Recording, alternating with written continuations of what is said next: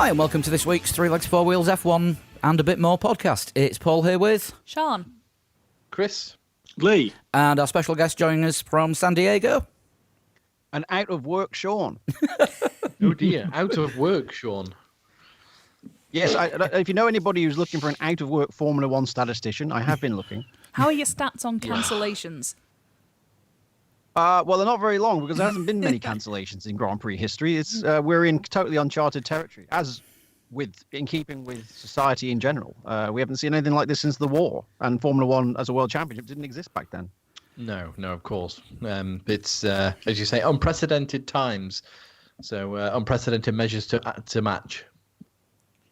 Yeah, absolutely. And it's more at the moment. It's more stringent here in the United States than I understand it is in the United Kingdom.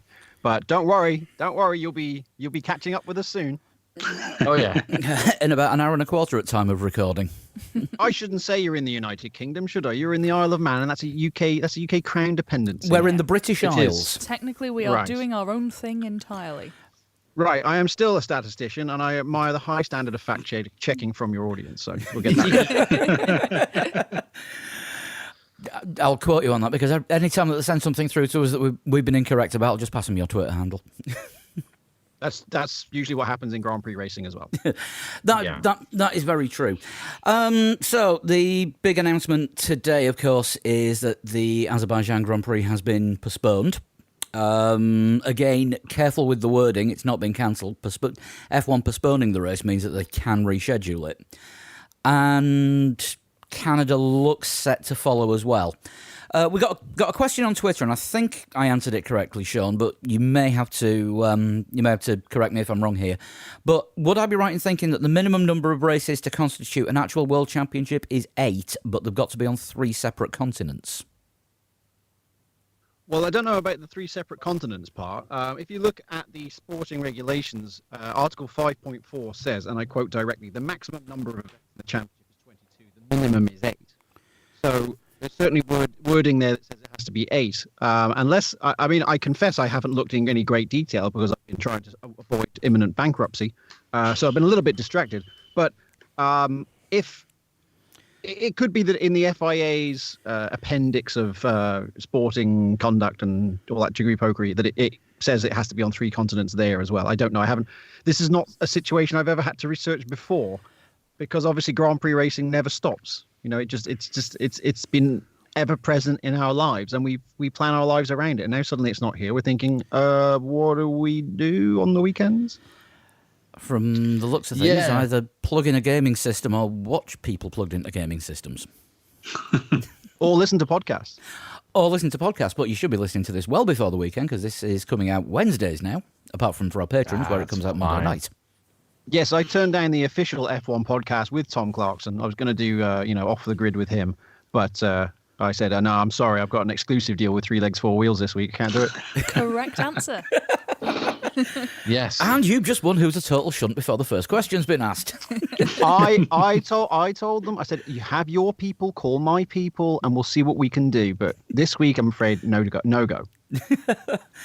Well, it's great. It's great that you are on, Sean, and it's just a shame we don't get to talk about any actual racing. But anyone been keeping up with the sim racing that's been going on over the last couple of weekends? I know it's not the same, and I know, Lee, you are not the biggest fan of this in the world, but it kind of does, just to sort of bridge the gap. I liked it until the first lap of yesterday's official Formula One race, where Herbert decided he was going to cut the corner. Turn 1 didn't exist, and everyone else crashed. Yeah, because that's just an online race. It's not esports. That's what happens when you play Formula One online. Except for Lando Bot, he took the racing. yeah. I didn't like the fact that up until, I don't know, maybe 20 minutes, an hour before the start, most people seemed to think, as I did, that it was pretty much the full Formula One grid that was doing it. Is that me? Yeah, I think To anyone. I think they're going to try and get more actual drivers in, or current drivers, than the 2 that they got. But, there's now 3 rival Sunday night F1 competitions Mostly. But they all have Esteban Gutierrez. Atta boy, get in there, shameless capitalist. Make sure you got your money on all three of them. You know? They'll be doing the NASCAR race next week. Now, I Sean, hope so. Sean, you were talking on Twitter last night while it was going on. We had a bit of a chat before the show about the NASCAR race, and from what you were saying, it sounds like the presentation and the production values they got it right. Well, I think they did. I mean, I can't confess to being a regular watcher of NASCAR. It's one of those things that I put on in the background. If there's nothing I want to watch, I think, oh well, the NASCAR race is on. Bung that on. We'll put that on for a bit. Yesterday, for those who don't know, Fox Sports, who are the rights holders here in the US, decided instead of the Homestead Miami round of the Cup Series to put on an iRacing race and present it almost exactly verbatim as though it was the actual live broadcast. So they had Mike Joy and Jeff Gordon, who are the regular play-by-play guys. They had Mike Waltrip pretend to do a grid walk, which consisted of him walking around Denny Hamlin's living room. And they had an invocation, which they would normally have from a priest before they do a NASCAR race. Then they had an anthem singer as well, singing in his what they call garage here, and away they went, and they did the whole race, and they had Larry McReynolds as the technical analyst, like he would be in a real broadcast, and nice. They did it like a real race, and it was, I have to say, it was superbly executed. In mitigation, they did have almost as many accidents as the Formula One guys had, but it had a thrilling finale. Check it out. If you go to YouTube, go to the Fox Sports YouTube channel, look for the iRacing NASCAR race yesterday. It turned into a thrilling battle between Timmy Hill, who I think is a Truck Series driver. I should have probably checked that. Who is an iRacing ringer. He's always on iRacing, so he's super familiar with racing online. And it turned into a shootout between him and Denny Hamlin, who won the Daytona 500 in real life, and Dale Earnhardt Jr. So I advise you tune into it. They really did a really good job of it. They did a good job of striking the right tone between it being serious and it being lighthearted. There was nothing on the line. There was no prize money, no points or anything like that or the other. It was just simply, look, let's all get together and have a race and have a bit of fun because, frankly, we need a bit of comic relief right now and feel like the world is a little bit more normal. No, that sounds great, and it'd be really good if F1 themselves sort of took something from this. And we had that kind of thing going on maybe in 2 weeks' time with I can't remember what was race 3. It's going to be not the Chinese Grand Prix, isn't it? Are they not going back, though, and they're doing Australia? I'm sure the official they were doing F1 Australia. Yeah, the official F1 are going back to Australia. Yes. So we can pretend... Well, I think what should happen, really, is that we get to Australia and then they announce that it's cancelled. Everyone's sat there, game loaded, ready to go. It's not happening. Yeah, and then like a digitized version of Andrew Westacott comes out and announces that Australian Grand Prix Corporation is announcing the race is cancelled, blah, blah, blah, blah. And then Chase Carey comes out with a wonderful moustache and then says, we'll hopefully, maybe we can reschedule it. I don't know. How do you do a CGI version of that, Tash? Because I've spoken to a few artists and animators, and apparently it's nigh on impossible. It's at least PS5 stuff, isn't it? Yeah. Not getting that this gen. I mean, imagine the cost of the graphics card you'd have to pay just to render that. Well, I understand the FIA have postponed any changes to Chase Carey's moustache until 2022 to save money. The new Hero rules will have to wait. Yes. Yeah, that's the first one of tonight. There will be more. I jest, just in case Chase Carey is listening to this. Mr. Carey, I do think you're doing a wonderful job, and please keep me in mind whenever this all blows over, and don't replace me with somebody else. Oh, hang on, my headphones have died. My headphones are also doing something interesting.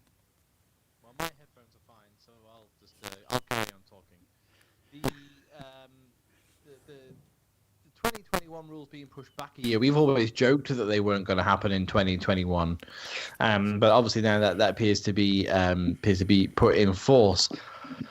That's it's gonna be really weird, isn't it? If we can't get 8 races in this year, it's gonna end up like almost like a maxi championship, like 2020, 2021 championship, all in one, over one title for 2 years. It could, and I would say, aside, situation economically. Putting aside the obvious medical shenanigans, jiggery pokery, however you want to call it. Even if there are no deaths, and there's no guarantee that there won't be within the motorsport community from here on in, we are going to deal with the most serious economic hardship of our lifetime, and that pertains to not just how we all pay the rent this month, or next month, or the month after that, but also when this all blows over, will we all still have our jobs, and will the companies that employed us still exist? Because I said when Melbourne was cancelled, I was umming and ahhing about whether or not to go to Melbourne, and I decided against it because I was told, okay, well, we need you from Zandvoort. From Zandvoort on, it's going to be mayhem. We need you a lot. So, all right, well, I won't go to Australia then because it's a complete waste of a visit. I didn't know how lucky I was going to be by saying I'm not going to bother with Melbourne, because I thought initially I was like, I love going to Melbourne, but what's the point in spending that money anyway? Of course, yeah. We've now, when the cancellation happened, that's when I adopted a war footing. And I used that term. I said, we are now on a war footing. I said that to my wife. I said, I'm going to the supermarket. I'm buying all the provisions we need. I'm filling the car up, and we are going to hunker down here because this could take a long time. And this is a financial apocalypse. And I told everybody who I worked with and people who I'd agreed deals to work with in Zandvoort and in Monte Carlo. I was supposed to be entertaining on the top floor of the building that overlooks Sandervoort. Wow. Okay. That's all gone. None of that's happening now, and we have to assume that this will be a minimum 6 months. For those of us who work in Formula One, if you're listening to this and you're thinking it's okay, sit tight, it'll all blow over, it's not going to blow over. They're about to cancel. Well, they're about to postpone the Olympics, which is the big daddy. So if even the Monaco Grand Prix and the Olympics can be postponed, you've got to assume. I am planning for a minimum 6 months where nothing happens at all. So that would put us in the mid to late September, which is Singapore territory. And you would assume that Singapore wouldn't happen either because that's a street track and they would want an assurance that the race would happen. So that puts us into October at that point. We might be all guns blazing October, November, December. We might have 12 races, who knows? But nothing will happen in the interim. And because of that, and I hate that I'm being a doomsayer here, I worry about the viability of the businesses that have employed many of us in racing. Not people like Mercedes or Ferrari. Yeah. I'm sure they'll be fine. But the smaller companies, the hospitality people, the media outlets, television networks. I may work for many television networks. There's no guarantee that they'll be solvent. They were relying on huge amounts of advertising revenue. Even people like the behemoths like Sky Sports, think about the amount of money they pay for TV rights for the Premier League and so on. Well, what if they can't get out of that deal and then they have to pay that money and then there's no money coming in? This is not something we've ever faced. There's no guarantee that any of this will still exist. We could be in a completely new world order. I genuinely, in my sort of worst case scenario plans, have started to think to myself, we're going to start 2021 with Cosworth DFV engines, because that's what the budgets will dictate. No one will think, let's run a turbo hybrid now that we've lost, $175 million in the last year because none of the races happened. It could be that bad. And it's foolhardy, in my opinion, to think otherwise. We have to start planning for a worst case scenario now.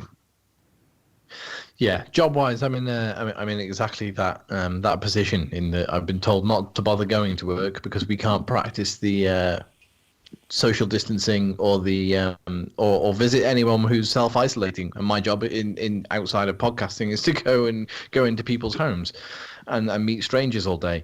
So I understand the economic side of things. This side of the Atlantic, we've got a little bit more of a sort of financial package that's perhaps a little bit more robust, maybe than the American side. I don't really know what the US have proposed, but hopefully anything that's based in the UK will be covered by this strangely socialist Tory government that says absolutely nothing can go under, and they'll do anything they can to float it. So the teams themselves, and most of them being based in Britain, I would hope would be okay. But of course, there's got to be that huge deficit, as you say, for media companies and everyone else, hospitality, etc. Yeah, I think the teams will probably be okay this year because their payments are based on last year. The big knock-on effect will be 2021 because suddenly they'll have no income coming in from the previous year. So how's that going to get plugged? You know, there's all sorts of things we don't know the answer to. And I don't want to seem like that I'm saying, woe is me, I can't be on a yacht in Monaco. Of course, that's a terrible thing. But we're now, we are basically in a war with a virus now. So we're, I hate to go all dad's army about it, but, never mind all that. There's a war going on. It really is that. And I know that everyone sitting around the tables here virtually have the same worries. How are we going to pay the bills and so on? And it doesn't, those of us who look like we've got this coddled existence are thinking the exact. Hello. How long do you think those are going to last? Oh, lost you for a second there, Sean. You disappeared. Did I? Well, Yeah. I'm back as if by magic. Yes. Where was I up to? You said exact, and then I lost you. Well, what was the rest of the sentence? Coddled existence. Yes. Well, yeah. Those of us in Formula One have a very coddled existence, and it's very comfortable. I can tell you that after I finish this recording, I am going to a job interview at Walmart. The job is to offload supplies for the shelves. It's $14 an hour. Now, as I said, I was supposed to be doing all this, chin-chin sort of stuff. Isn't this wonderful? Yes, Formula One's a great job. That doesn't exist anymore. Not for the time being, and not for a long while to go. It's hard, we have to face reality. And yeah, okay, doing 8-hour and overnight shifts at Walmart might be not fun, but it is a hell of a lot more fun than having no money, which is what millions of people are facing now. And I never thought I'd say this, but I'm really excited to go to this interview because, oh wow, okay, something that might keep the wolf from the door. Because none of us are thinking about prosperity. We're all thinking about survival now, and Formula One people are the same. I heard a good quote about this. Someone was saying, we've been fooled into thinking that what we've been living in was normal. Like the idea of this like solid platform that society was just resting on. And we've sort of thought, well, this will be there tomorrow, and it'll be there the next day, and it'll be there the next day. And what the world was like 6 months ago is not coming back again. What comes back after this is going to be something different. Yeah. In some senses, there could be some good that comes from it, because I think it will remind people that there is actually a society. We are not a group of 8 billion individuals, and there is a cumulative effect of all of us. Something that someone does affects what other people does and other people do. That might be nice. It might be nice if governments realize that bailing out companies is not necessarily the same as bailing out people. And I know that in this country, in the US, we have an argument at the moment that the Republican, not to go into politics too much, but the Republicans want to bail out industries like the aviation industry, and the Democrats say, look, we'll do it, but we only want to do it as long as you have a proviso that you can't just fire all your workers as soon as we give you all the money. Because then, it's like, okay, well, we've got our money. Now we can fire everybody and we can still pay out our corporate bonuses, which, again, it's like, are you even in touch with reality right now? We're all going to go down. And not only that, but if you do that, as I mentioned before we come on the air, it could lead to civil unrest. It genuinely could. You've always said, you ever heard that saying that you're only 3 meals away from revolution? If people don't eat and we start getting evicted en masse, then what have we got to lose? They genuinely need to consider these things. So, sorry, I know it's supposed to be a racing podcast, but I've turned into Wolfie Smith here. It's very little racing. Yeah, this is Sean Kelly broadcasting on behalf of the Tooting Popular Front. Oh, we're gonna get some questions. We're gonna get some questions about that reference. Power to the people. I was waiting for that. Yeah. Well, the thing is, I'm from a working class background, so in a way, it's like look, I always knew it was like this because I started at the bottom. I didn't get born with a silver spoon in my mouth. So, I hope that there is a realization from those who are a little bit more, been a little bit more life of privilege, that there is a need to look after the more vulnerable people in our society. Anyways, Yeah. So how about Lando Norris, eh? How about Lando Norris? All I was going to add to that was just like, yeah, and obviously a lot of our listeners are going to be in similar situations, so hopefully they can relate, and they'll hopefully feel a bit not better, but not less alone, perhaps, knowing that it's us, and it's also the world connected to Formula One, the sport that we all love, going through the same things. Right. I don't know anybody right now who is I'm all right, Jack. I mean, we are all in this, and I always knew. I always used to say, when it comes to essential services like the NHS, for instance, I would say, well, we've got to keep paying into it, and unemployment benefit and so on, because one day I might need that again. Okay, it all looks like roses today, but what if the whole thing goes out the window tomorrow? What am I going to do? I'm going to need these safety nets. So yeah, I hope more and more people realize when this is all over, these are the things we need as a society to make sure that we don't fall into just complete destitution. We all need to, in this situation, we kind of need to look out for each other and be prepared to do stuff that's, we're not going to get paid as much as we were.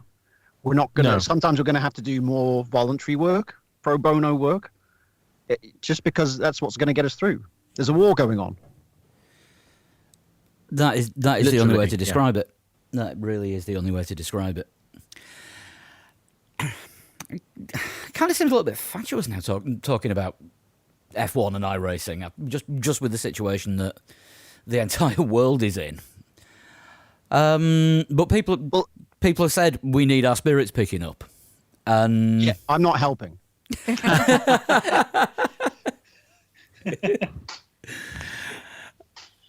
To get back on sort of racing sort of stuff, if stick your neck out, will we see more racing this year? In terms of Formula One? Yeah. Yeah.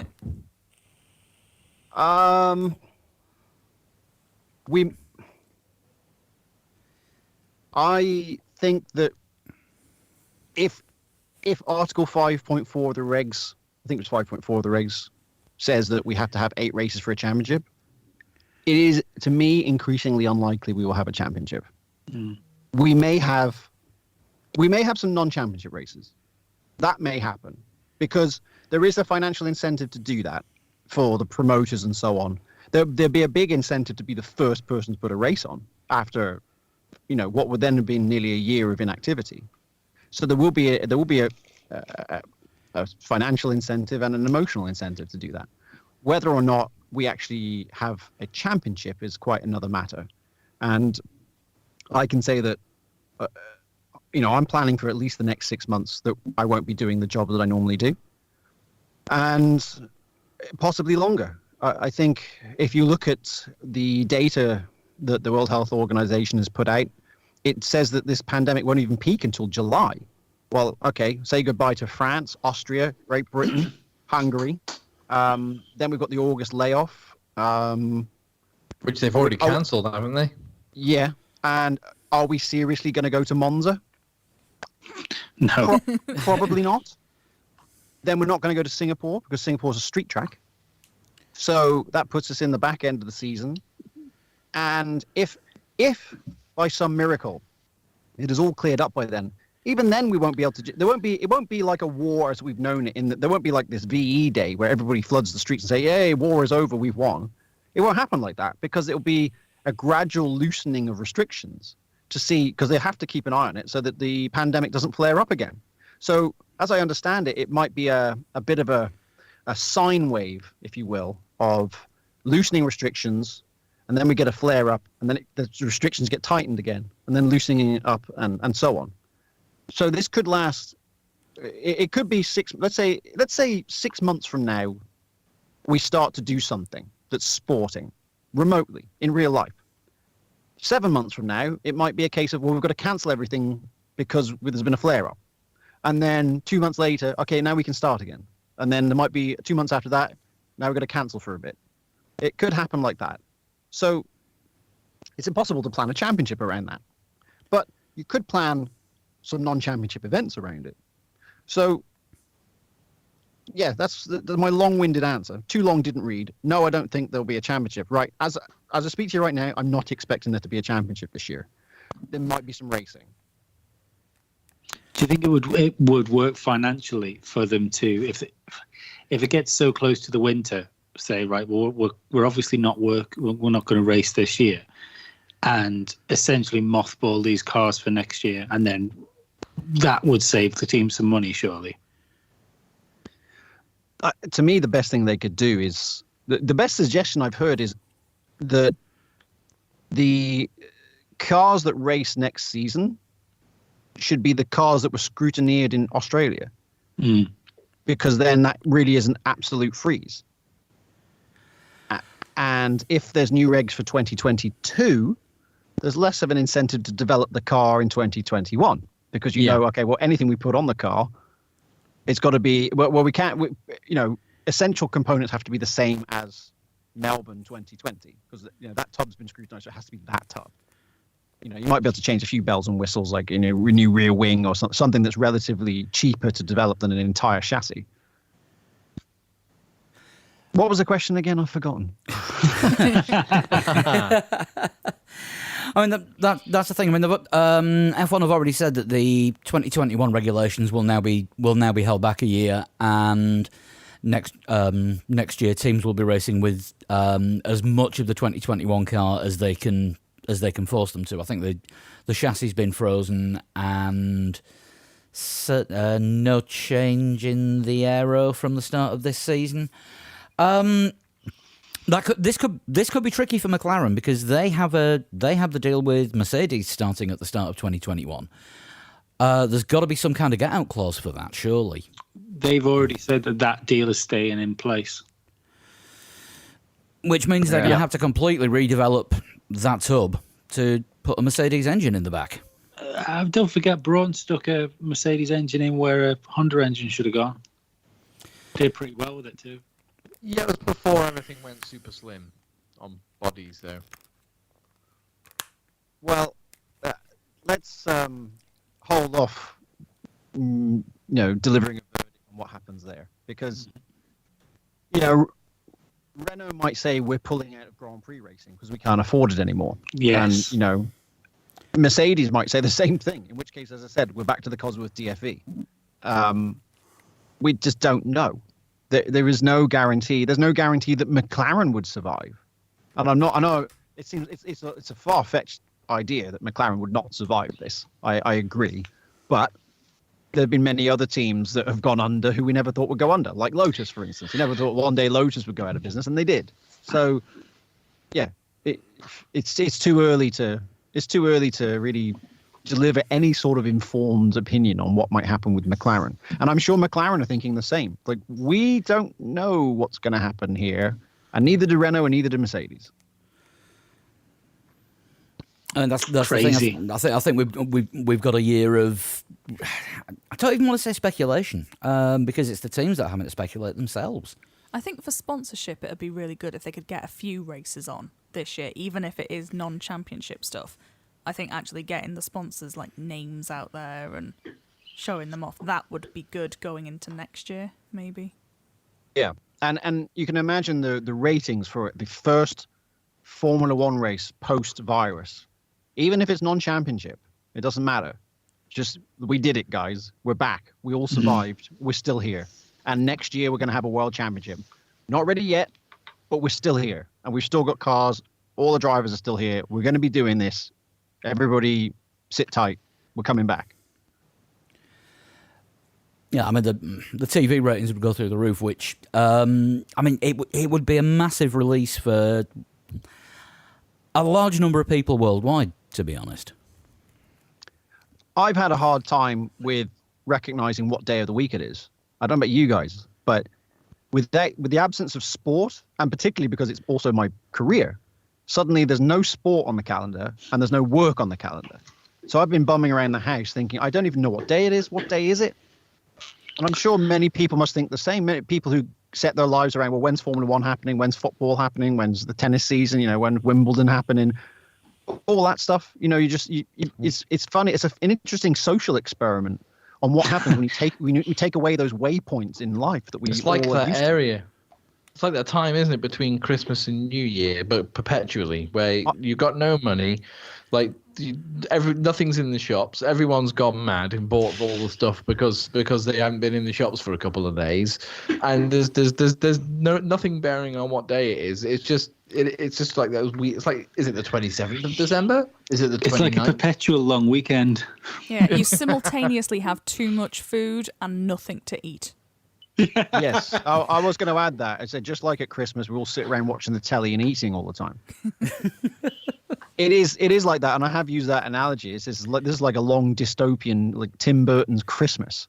There is a campaign over here I'd on watch the that. Isle of Man to get people to put their Christmas lights back up and just pretend it's Christmas. Yeah, might That's as a well. thing that is happening. I'm in. What? I haven't heard of this. I'm in.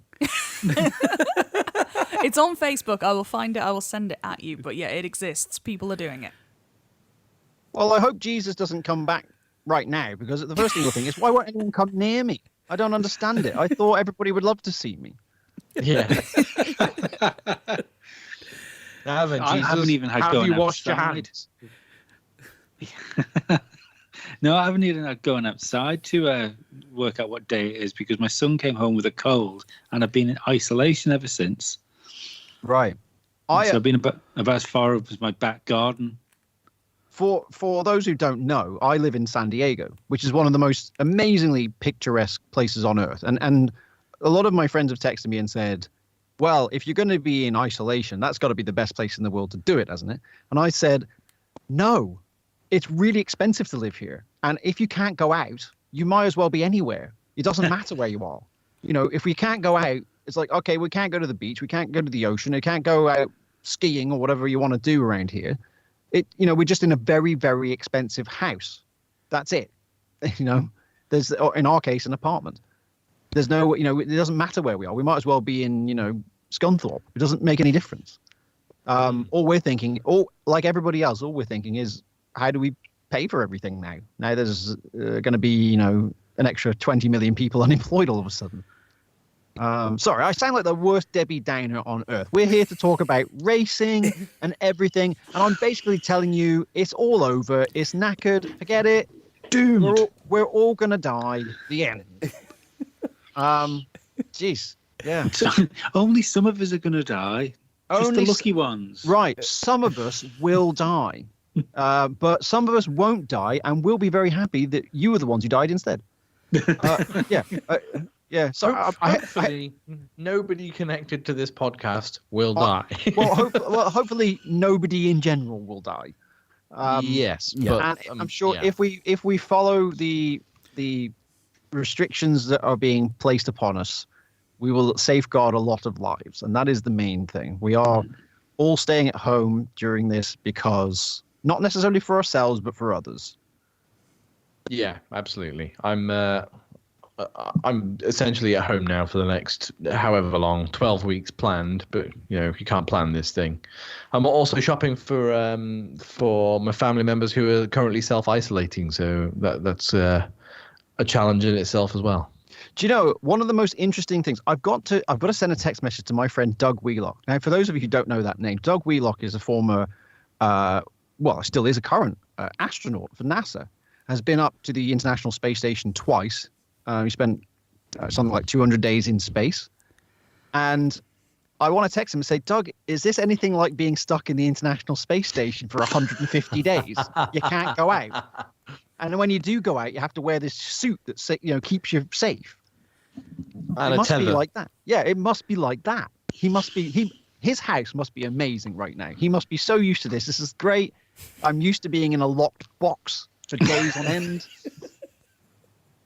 Yeah, I bet he's an absolute demon with this whole quarantine stuff. Random, long life tinned food and long life milk and stuff like that will be nothing to him as well, compared to, the space rations that they have. Yeah, exactly. The only thing is that the view isn't as good. All you need is a half decent TV and Google Earth. Sorted. Well, I mean, that's one way of looking at it. Now we've got 3D Google Maps. Yeah, that's what we should do. We'll all put on a YouTube video from the ISS and just pretend we're in a spacecraft. I was going to say there's a live YouTube, isn't there, that runs for pretty much 24/7 from the space station, so you can watch it from. I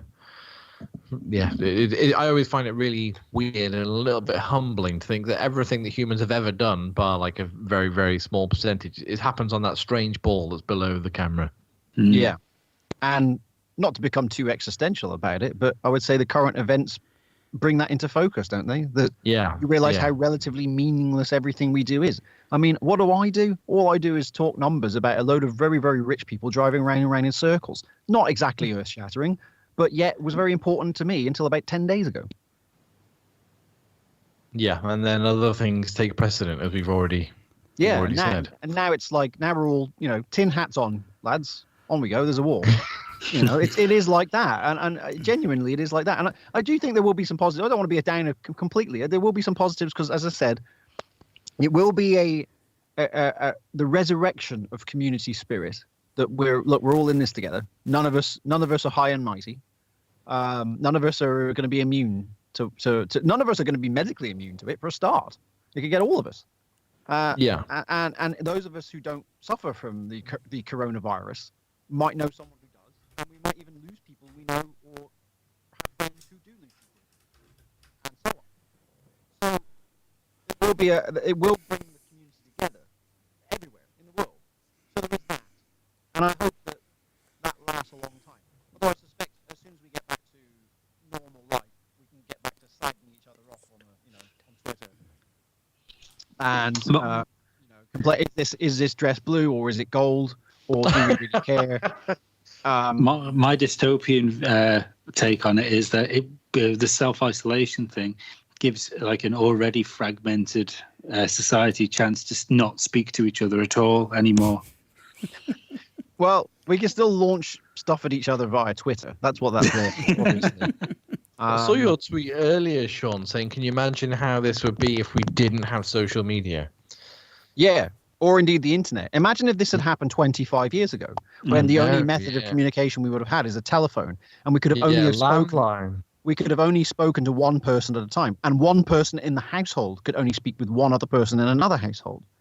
We would have all gone absolutely stir crazy. So at times like this, we should be thankful that we have technology such as the very stuff we're using to communicate right now in front of me. So long as it's working. Yes, so long as it's working. I'm able to talk to you via the internet. I can look at the news. I can direct message people. I can instant message people. I can play online gaming. There's all stuff that didn't exist 25 years ago. So we're very lucky in that regard. Yeah, you're joking about technology working. We're kind of desperately reshuffling our headphone cables here because we're having a little bit of a crackle. And the input from the desk as well. I think there's a dodgy cable going on. It'll be fine. We'll work around it. I did hear some shuffling around and wondered what you were up to. Yeah, well, why don't we play? I've got an idea, guys. Why don't we play a game of hide and seek? All right, I'll count to 30. You hide, and I'll see if I can find you using nothing but sound. Well, if these headphones pack in again, I won't be able to know if I've been we should found do or that. not. There's got to be an output here for games that we could do. Like, we could name random Grand Prix winners. Could we do something like that? Or random Grand Prix winners. Yeah, just like go and open a book and find one. Let's see how many I can remember. Or like I'll test you on random knowledge, and why don't we do that? Why have we not thought about this before? Why does it take? How long have we been on now? Like 40 minutes. And it's taken 40 all this something minutes. I've gone on endlessly about how we're all doomed and we may as well all give up. And I've got this far into it, and finally I come up with something that's useful. This is going to save people and cut the boredom. This is what the people need. Well, I'll tell you what. Yes. Lee, have you got your iPad in front of you? Well, I was going to say, actually, but Paul, before you saying that, I was going to say, have we had Sean on since I went a little bit Rain Man during the Brazilian Grand Prix last year? don't think so. I don't think I was on that one. I don't remember that. We were watching we were live blogging the Brazilian Grand Prix, and was it a 1-2 for Honda or something? Was that correct? 1-2 for Oh, Honda. That's right. Yeah. Yes. That's right. A 1-2, and it was Honda, and I think Paul said that's Honda's first 1-2 since the '91 Brazilian Grand Prix. And he went, no, it's not. Ricardo Patrese finished second in the '91 Brazilian Grand Prix, or something along those lines. That I is don't know where correct. it came from. I don't know That is where that correct. came from, but I just knew it. Well, you are right. Patrese was second in that race. He was, yeah. That's the famous Senna race, isn't it, where he couldn't lift the trophy? Yeah, and he only had, I think, second and sixth gears, and then eventually it jammed in sixth. Yeah, and he still won. And he still won. He wouldn't have gone another lap. If that race had been 72 laps instead of 71 laps, he wouldn't have won it. No. Yeah, insane. But yeah, that's just totally crazy how the memory works sometimes. And Right. But also, Honda 1-2s. Not only Brazil 2019. Here's my day job. Brazil 2019. Honda finished first and second on Soichiro Honda's birthday, no less. The anniversary of the birth of the founder of the company. It was the first time Honda had finished first and second since the day Senna won his last world title, Suzuka 1991, and the first time Honda had a 1-2 with two different cars since Monza 1987, when Piquet was first for Williams and Senna was second for Lotus. wow. You are welcome. I don't have a financial use for that information. That is a statistically rich race. Not though. at the moment. Yeah, not at the moment. You're going to have to start just telling people facts and then invoice them for them. Well, you basically just said what my career is. But I was thinking I was going to get a job at Walmart and then stand as I tweeted about this the other day. I'm going to get a job at Walmart as the greeter, and I'm going to stand there with a megaphone because obviously we can't get close to everybody. And I'm going to pontificate at length as about why Max Verstappen is better than Gilles Villeneuve, and I've got the numbers to back it up. All these incredulous people are going to be walking in so they can buy bog roll, and I'm going to be telling them about Spain 1981. That's not going to put them off at all, is it? They're like, what the fuck have we come to? Right. I've just got an email from Formula One. I don't know if anybody else has got the notification about the email. I do Take not. you off the air. No, not at all. It says about the decisive action about initial response to the COVID-19, but the closing sentence of the email is: "We are all committed to bringing our fans a 2020 championship season." Great. Yes. So That's like saying I was committed to earning money this season. yes, yeah, I was committed to going to work until I was told not to. Yeah, I was committed to not having the coronavirus until I one day got it. Exactly. Don't Yeah. forget as well, Hopefully that doesn't happen. over here with the TT being cancelled, that came 3 days after, oh, we're not worried about the TT, we've got loads of time. Things can change. I shouldn't. And also- I shouldn't really piss on the parade too much. But what they're essentially trying to do is to provide reassuring words. Look, we're really trying, guys. We're not just going to throw our hands up and say bollocks to it. We're not We're not giving up. Yeah. We really want this to happen. So, really, I should not jest because they are trying to say we're really trying here. Yeah. So what kind of when you talk about like testing each other on like random Formula One knowledge going like here and there, I started watching Formula One roughly 1991, 92. That's why you knew Patrese. That's why you knew Patrese was second at Interlagos. Because it was one of my first races that I watched as a kid. But I can remember so many totally random things. I think you were asking about what race, because you did a live thing, didn't you, about the you did watching a race on F1 TV, and you live blogged it on Twitter at the same time as you were watching it, and a number of other people were watching it along with you. What race did you choose in the end? I can't remember. It was the 1999 European Grand Prix at the Nürburgring. That's right. Yeah, the super eventful 99 European Grand Prix, which Johnny Herbert won. Is that correct? In the Stewart. He did, and he did not win it by cutting the first corner completely, like he attempted to do in that esports race. But he wasn't correct. far Yeah. off that, because basically it was an example in what happens if you just stay on the road, because he kind of avoided trouble all day while everybody else flung it at the hedge, and he ended up winning. Yeah. What was it? Four different leaders crashed out, or was it more? Well, Frentzen retired from the lead. Coulthard crashed out. Ralph spun out of the lead. Well, Ralph had a puncture. Fisichella spun out of the lead. Have I missed anyone there? Yeah, but there was a lot of action. Fun for all the family. What, It was the right tire change at the right time as well for Herbert on that race.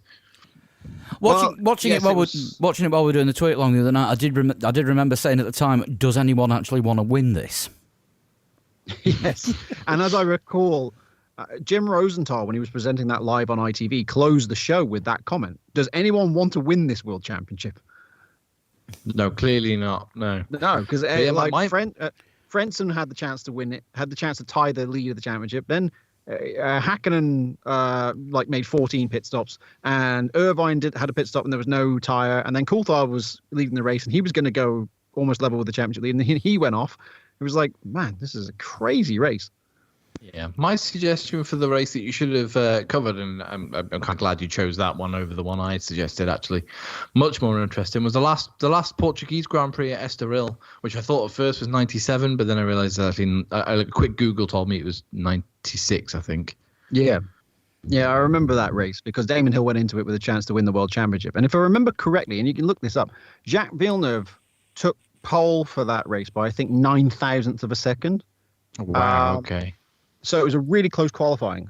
And, of course, the thing that people remember most from that race is that Villeneuve passed Michael Schumacher around the outside of the last corner, having said that he said I could pass people around the outside of that last corner using his oval super speedway experience from IndyCar. And Patrick Head said he must be mad. I don't know, he's Cloud Cuckoo land. And then Schumacher got hung up behind, I think it was Giovanni Lavaggi's Minardi.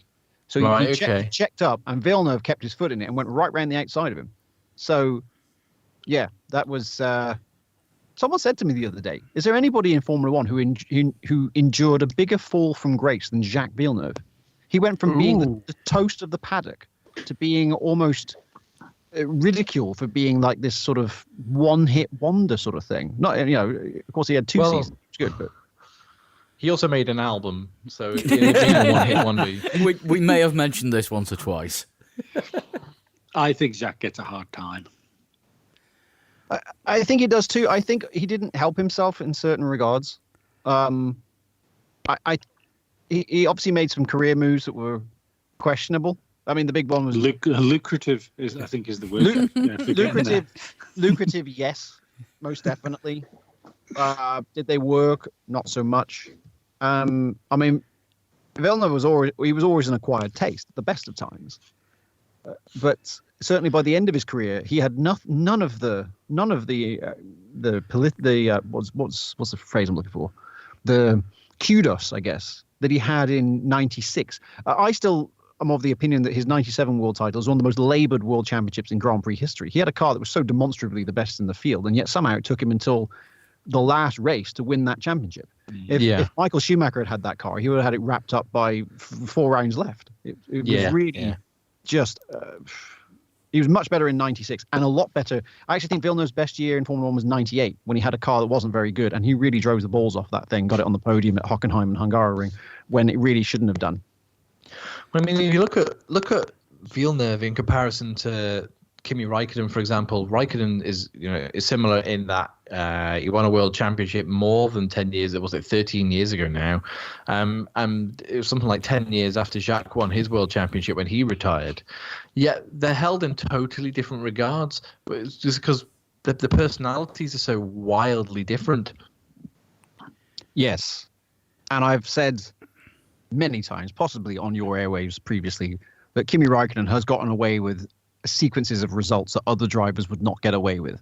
The idea that, if you look at his 2014 year at Ferrari, now I confess, Alonso only got 2 podium finishes with that car, but he nearly won in Hungary that year, while Räikkönen was 12th. It was the worst season for a Ferrari driver who did a full season since Didier Pironi in 1981.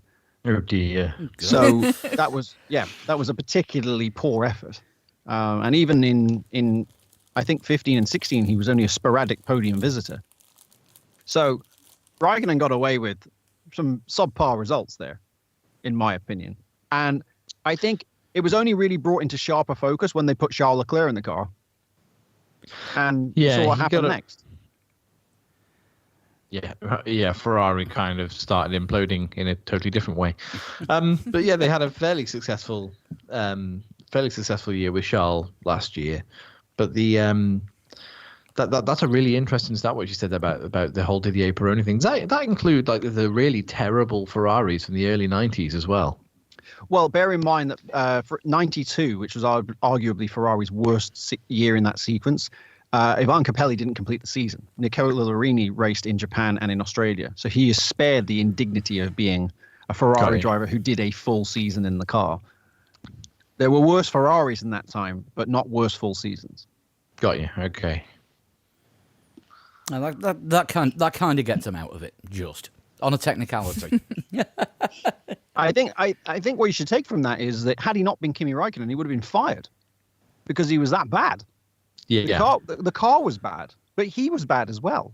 And he got away with it because he was Kimi Räikkönen. If it had been Jack Villeneuve getting those results, people would have absolutely trashed him. Or let's say if it was Lance Stroll. If Lance Stroll gets those results, it'd be like, God, this guy, oh, whatever, daddy's money, blah, blah, blah. Because it was Raikkonen's like made a Teflon. It doesn't matter. Either Haas driver. Yeah, same thing. Yeah, I mean, Raikkonen's less susceptible to running into people, perhaps, but yeah, but same thing. You know, if the results aren't there, the results aren't there, guys. It doesn't matter who. If you called every driver A, driver B, driver C, and you looked at those results, you say, well, this guy's obviously no good. Yeah. But then again, like Lee just said, then look at both Haas drivers. We are amazed every season when they announce Grosjean and Magnussen to drive again at Haas. Like I can't believe they're actually becoming one of the longest pairings in the same team in Formula One history, which is weird when you think about it because they're not successful. Well, Yeah. Their agents are obviously very successful. Yes, it's true. Perhaps Haas have had other things distracting them in the last 12 months, but and I'm not just talking about the comedy that is their sponsor, but also the fact that they couldn't figure out what the car was doing on any given lap on a set of tires. Yeah. It was I think Magnussen was 5th on the grid in Melbourne last year, so the car had 1 lap pace. He might have been 6th on the grid in Melbourne. I can't remember, but he was well up on the grid in Austria as well. So the car had single lap pace, but doing 60 of them in a row seemed to defeat them. They were also Kevin Magnussen became the first man to set the fastest lap last season without getting the bonus point because he didn't finish in the top 10. Little known fact there. Was that at Singapore? Very good. Yeah. I like that. Top knowledge from across the room there. Yeah. Seem to remember something happening. Is it 2 years in a row he got the fastest lap at Singapore as well? Yes. More top knowledge. That is true. You have taught us well, Sean. You have taught us very well. Retain the information. To interrupt with random stattery. Yes. So, as they always say, stattery will get you everywhere. I thought mine were bad. Were you going to start naming random Grand Prix then? I was going to just throw that in. I don't want to ruin your shuntage. If there is shuntage, let's all pick a random Grand Prix. Why not? Yeah, I reckon that's a good idea. We will shunt at some point. Kyle Army, 1993. Oh, it's an interesting one. That was the opener. There's the last race to be held on the continent of Africa. And it was the first Grand Prix that was held since they narrowed the tires for the start of that season. And the cars were reduced in track to 200 centimeters, 2,000 mil. And it was Prost on pole position. I think Senna was alongside, and it was Schumacher and Hill in 4th place. And Hill got up to 2nd place. And then he spun almost instantly. I remember him spinning. And I was very irritated. I'm sure he was irritated too. Because I thought, oh, wow, he's up to... Oh, no, he's not up to 2nd. He eventually got taken out in a collision with Alex Zanardi, who was making his debut with Lotus. Not his F1 debut, but his debut with the Lotus team. And it boiled down to a battle between Prost, Schumacher, and Senna. Now, imagine that. We didn't realize what we had at the time. Prost, Schumacher, and Senna all arguing over the same bit of racetrack. What battle for the ages. And eventually, Senna and Schumacher collided, sort of. Schumacher, I think, was trying to pass Senna. Senna closed the door. Schumacher spun it and stalled it. Refused to speak to Tony Jardine, or Jonathan Palmer, it would have been back then, in the pit lane. And then eventually there was a massive thunderstorm.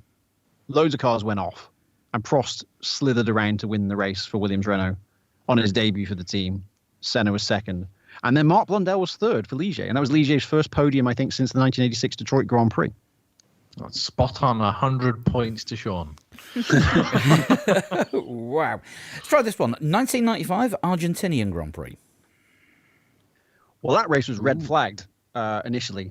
It was the first race in Argentina since 1981. And before the practice began, Carlos Reutemann was given a test run, a sort of demonstration run in a 1994 Ferrari.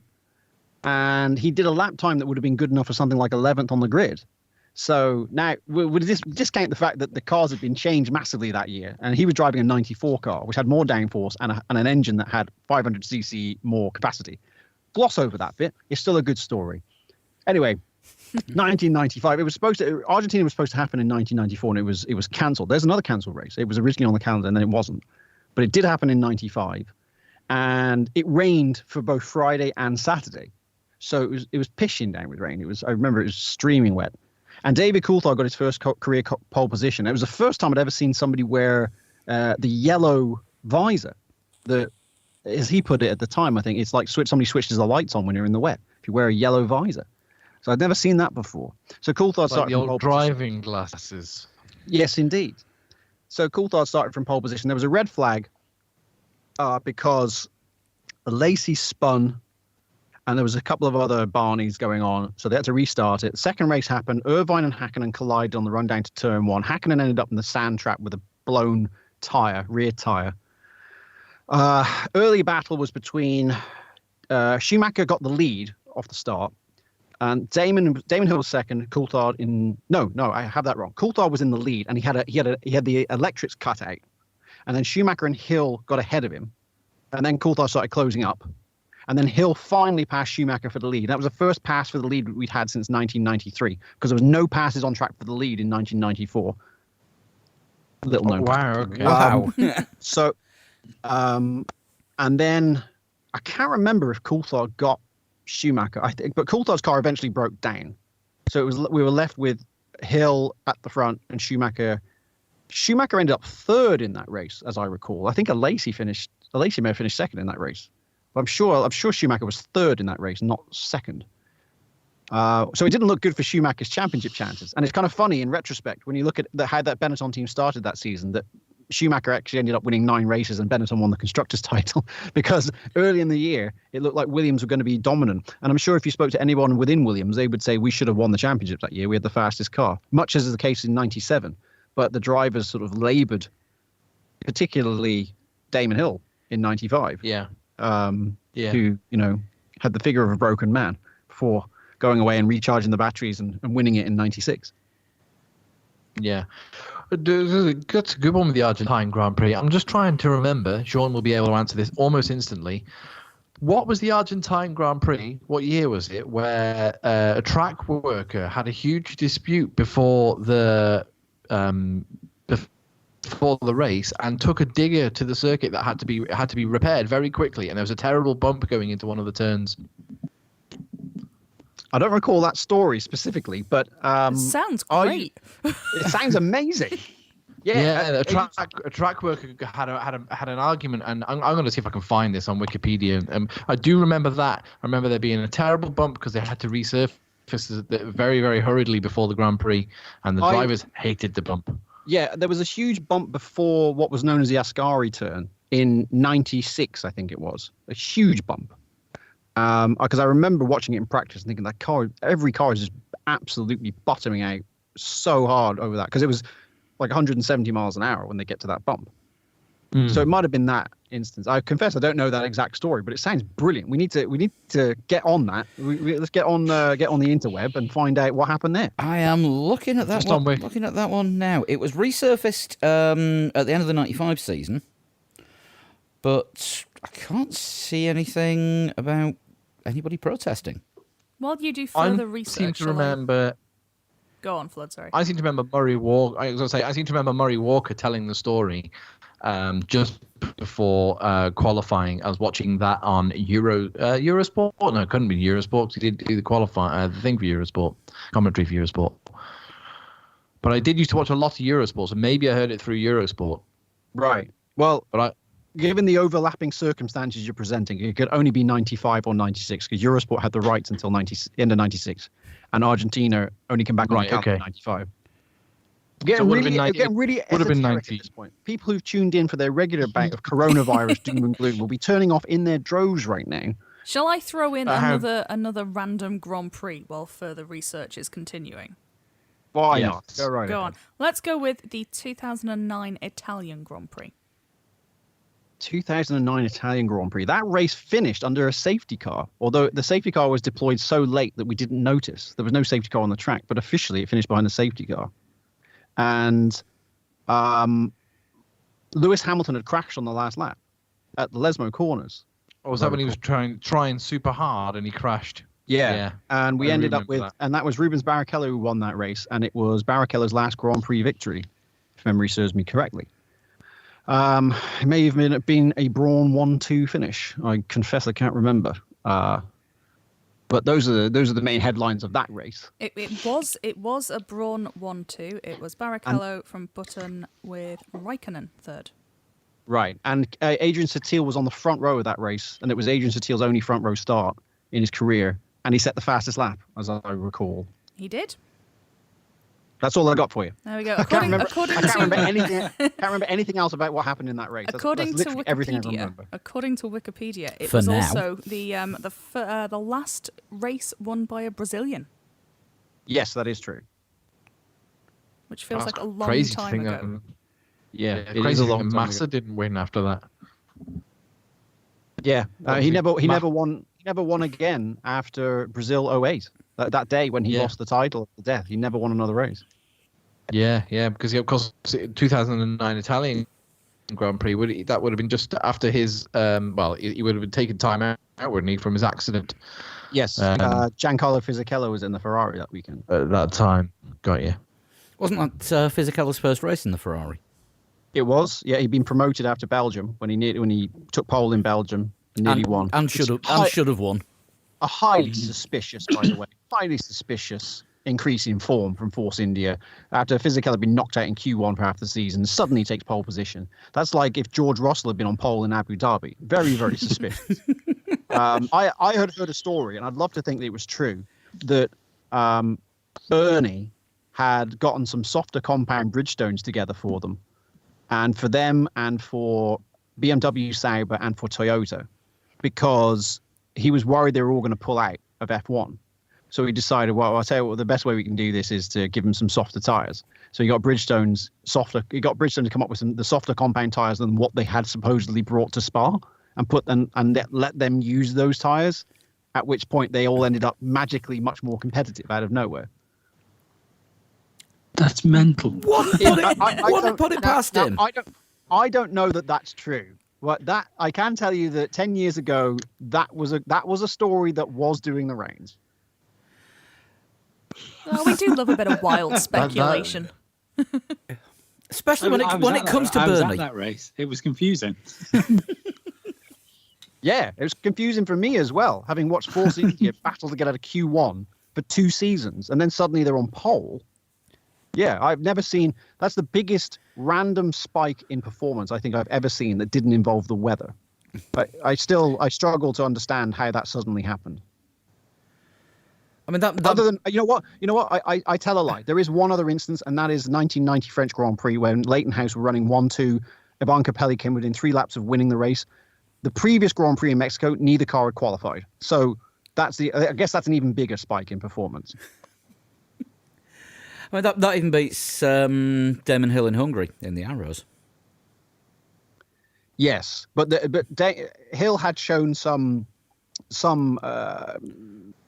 nous for getting the car into the top 10 on the grid occasionally, and also there was a tire war going on. Bridgestone brought tires that worked for the Arrows at that track. So whenever there's a tire war going on, you can sort of see, where the performance would come from. Yeah. It's easy to explain it away when there's a tire war. But in those instances, like Leighton House couldn't qualify for a race, and then suddenly they're running 1-2 in a race, and then Force India suddenly go from being, tail end Charlies to being on pole position. Something they never repeated. True. Yeah, definitely bears thinking about. I know you've got to disappear soon, Sean, so we have to do a total shunt. Oh, go on then. We may do an extra one for us to stand a chance after you've gone as well, but we'll do what will be the first one of the night. All right. I need to find one now because we took that long. My phone's run out of battery. Oh, no. We have to do more random Grand Prix of history. While I look for one, you can tell me what happened at the 1982 Canadian Grand Prix. Oh, dear. Ooh, Tragedy. classic. It's the tragedy. But you have to bring up a race with a fatal accident. He's gone Was quiet. Damn it. Ricardo Paletti died in a start line accident in that race because Didier Yeah. Pironi was on pole position. It was the first Grand Prix in Canada after the death of Gilles Villeneuve, and Didier Pironi dedicated the pole position to Gilles Villeneuve. I don't know what kind of reception he got for that, but nevertheless, that was the thing. At the first start, Pironi stalled on pole position. The whole grid went around him except Paletti, who was unsighted and ran absolutely plumb into the back of him, like dead straight into the back of him. Dead and straight if you've is ever an seen, unfortunate choice of words. sorry, yes, well, I guess, literally true, and it spawned some really unpleasant footage that was shot because the car caught fire while the medics were trying to tend to him. So that meant there was suddenly a scramble to put the fire out while they were trying to get him out of the car. It was pretty dystopian. Anyway, yeah, I guess enough of me being Debbie Downer already. There was a race, and it had an unusual. In fact, it had a unique place in Grand Prix history because Nelson Piquet won that race in a Brabham BMW. His teammate Riccardo Patrese finished second in that race in a Brabham Ford, and that is the only occurrence in Grand Prix history where a team has taken 1-2 finishes with two different engines. Wow. Okay. You would never get that these days. Well, we might actually. Officially.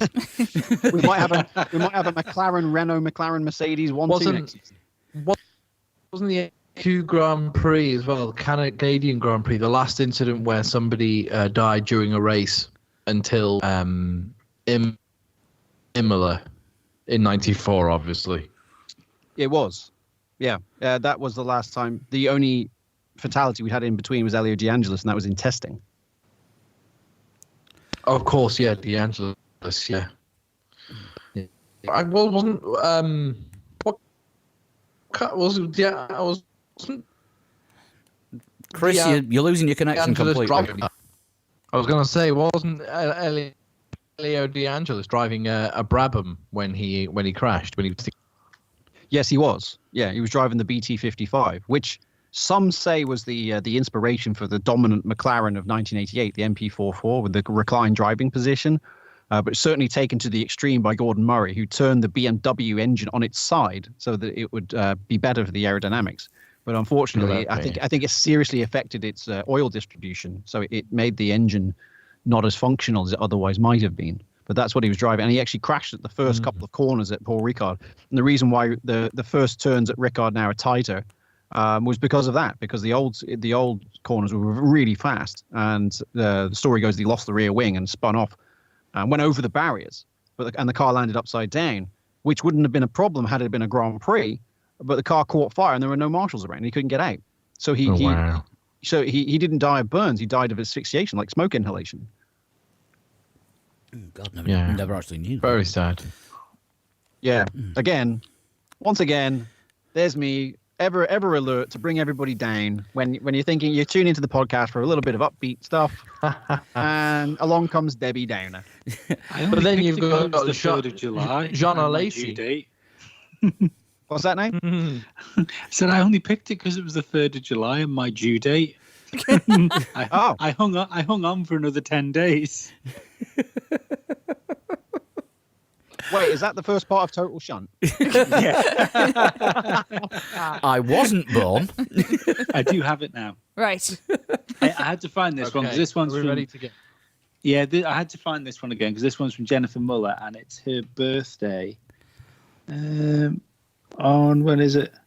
The 3rd of Birthday on July. Thursday. So happy birthday for Thursday. That's Happy birthday Thursday for the Thursday. 26th. Happy birthday, Jennifer. Many happy returns. I was born in That's it? That's the whole 1960s. Yeah, you're going to get it on clue 5.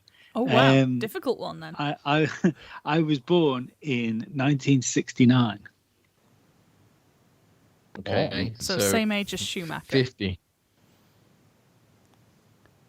I started racing with my 3 siblings. However, I was the only one that continued to race. I think Sean's going to get it on that one. But, okay, so a racing family then. I have been a professional racing driver since 1993. Right, okay. So hang on, that's quite late, isn't it? So they would be 24. Or am I math? No, that's 24. Are you still with us, Sean? Still here. So we're Don't looking forget, at a 30 racing. was a 1990s 15. Correct. I We're want to looking guess. at a racing family. Oh, of course you do. I mean, born in 1969 and the only one of the family to continue racing. If you discount some of what Ralph did, does Michael have 2 other siblings or another sibling? I think Michael might have been professional before then. Though. Could have done his first couple of years not being paid.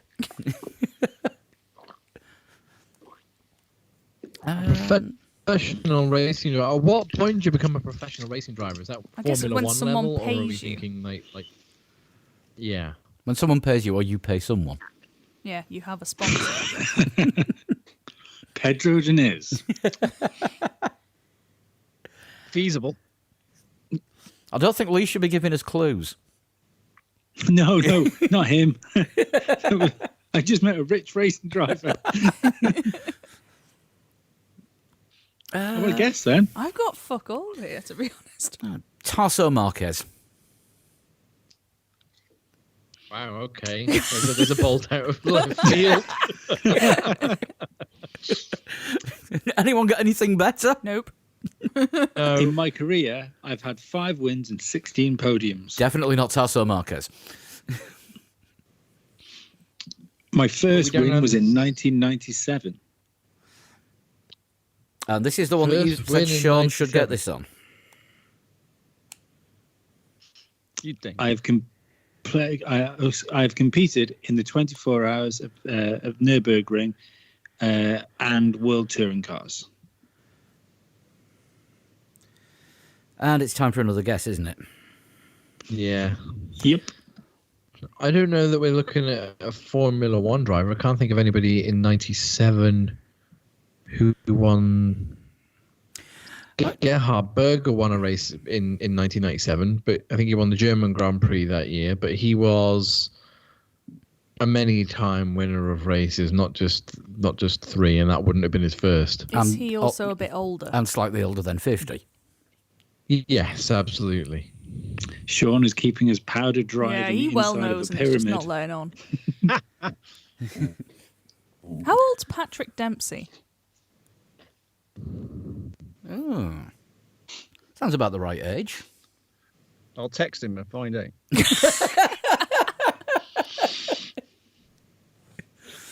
Should we go for Patrick Dempsey for the second guess? It'd be about right sort Yeah, of kind count, of right-ish I think. age, yeah. Yeah, I'm happy to go with that.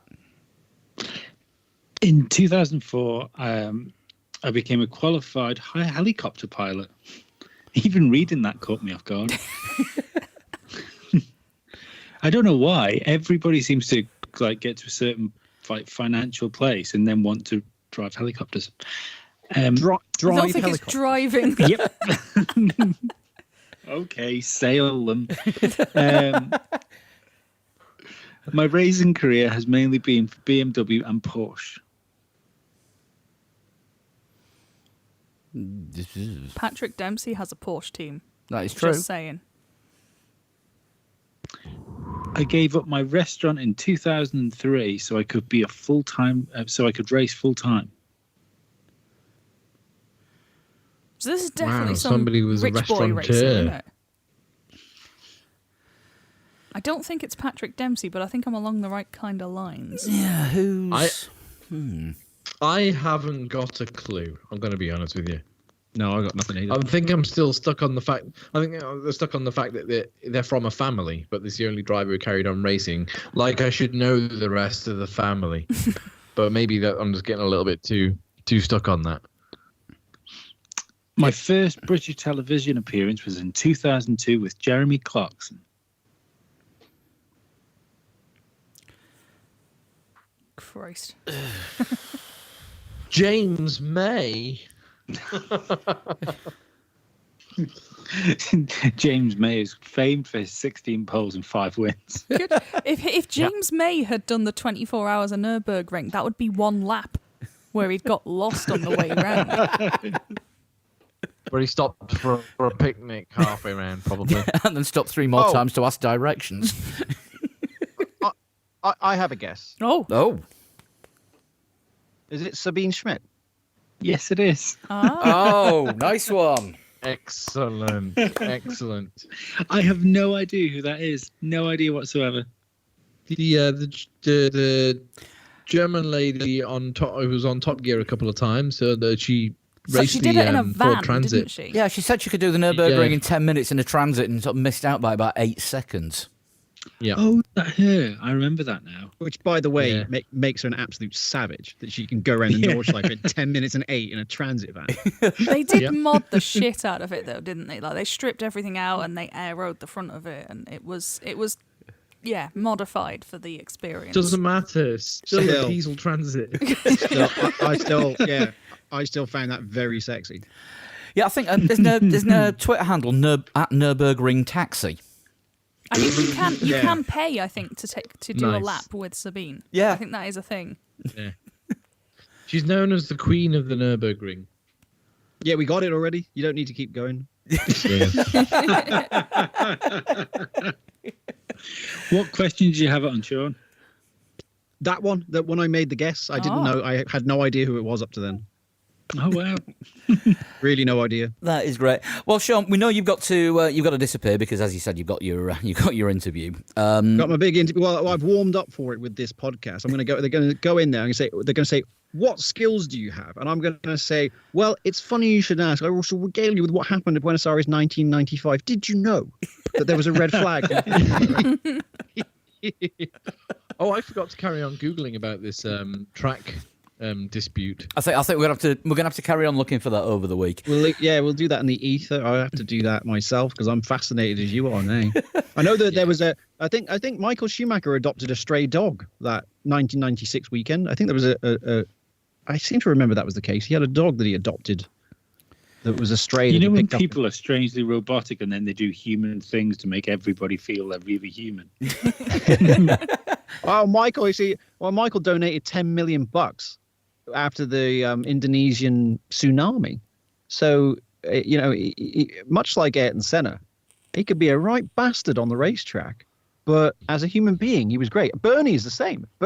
Bernie, an absolute bastard if you got on the wrong side of him. But also, if Bernie, considered you one of his guys, he looked after you to the nth degree. Just think of that cameraman who was hit by Mark Webber's wheel in the Nürburgring pit. Bernie covered his medical expenses. So, if there's history in racing is resplendent with this sort of character where we have somebody who seems completely just hard as nails, but actually they really look after people who look after them. And I think that's what everybody should be doing right this minute anyway with everyone. Yes, Absolutely. Indeed. Smooth bookend, Paul. I like that. Yes. On that bombshell. Every so often I come out with something meaningful. Sean, thank you so much as always for joining us in these incredibly difficult times, and hopefully the next time we talk we'll have some racing to talk about, you'll have some new stats, and the world might be showing a semblance of Walmart getting will back to be normal. Very organised. Well, I'm just hoping that after listening to my words of doom, that people don't just jump out the window. I think if you've still got all your listeners next week, we'll consider that a victory and move from there.